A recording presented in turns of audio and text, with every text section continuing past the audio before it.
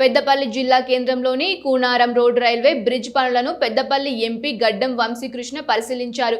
బ్రిడ్జిని పరిశీలించి పనులు త్వరగా పూర్తి చేసి ప్రజలకు అందుబాటులోకి తీసుకురావాలని అధికారులకు ఎంపీ సూచించారు. కేంద్ర ప్రభుత్వం తెలంగాణ రాష్ట్రానికి అన్యాయం చేస్తోందని, ఎయిర్పోర్ట్ విషయంలో గానీ, అండర్ బ్రిడ్జ్ విషయంలో గానీ మనం ఎన్నిసార్లు అర్జీలు ఇచ్చినా సక్రమంగా స్పందించడం లేదని బాధాకరమన్నారు.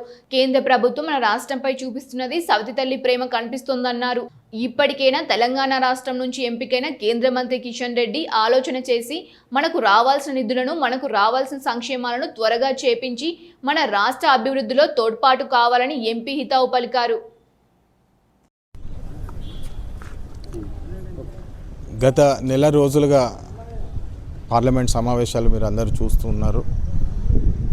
ఈసారి అయితే ప్రత్యేకంగా ఫోకస్ ఆంధ్రప్రదేశ్ అని పెట్టుకొని బీజేపీ పార్టీ సర్కార్ ఏదైతే ఉన్నదో ముందుకెళ్తున్నది.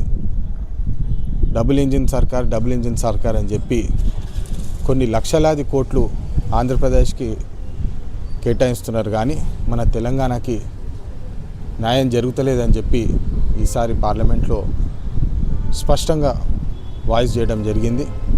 ప్రత్యేకంగా మన పెద్దపల్లి ఎయిర్పోర్ట్ గురించి కూడా మాట్లాడడం జరిగింది. మీరు అందరు చూస్తున్నారు, గత 2 సంవత్సరాలకి వెళ్ళి మనకి ఇక్కడ ఎయిర్పోర్ట్ కావాలని చెప్పి అనేక ప్రయత్నాలు చేస్తున్నాము, కానీ కేవలము వాళ్ళ అలయన్స్లో ఉన్న పార్టీలకు వాళ్ళు మద్దతు ఇస్తామని చెప్పి వాళ్ళు ప్రవర్తిస్తున్నారు.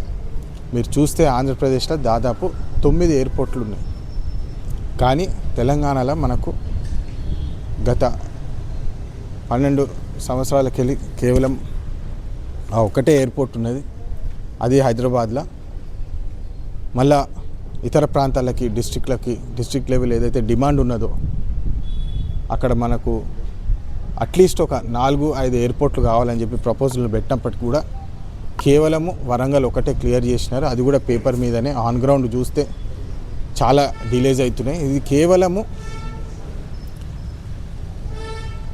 నిర్లక్ష్యము, వాళ్ళకి ఇష్టం వచ్చిన పార్టీకి మేము సపోర్ట్ చేస్తామన్నట్టు ప్రవర్తిస్తే మేము ఊరుకోమని చెప్పి అమరావతి బిల్లు పెట్టినప్పుడు స్పష్టంగా చెప్పడం జరిగింది. అదేవిధంగా పెద్దపల్లిలో చూస్తే మీరు మన కాన్స్టిట్యున్సీకి ఉపాధి కల్పించాలని చెప్పి అనేక ప్రయత్నాలు, అనేక ప్రపోజల్ పెట్టినాము. సెమీకండక్టర్ ఫెసిలిటీ కూడా తీసుకురావాలి. ఇక్కడ మన దగ్గర యువకులు ఎక్కువ ఉన్నారు, వాళ్ళు కష్టపడి మంచిగా పనిచేస్తారని చెప్పి ప్రపోజల్ పెట్టడం జరిగింది. అది కూడా ఆంధ్రప్రదేశ్ తీసుకుపోయినారు.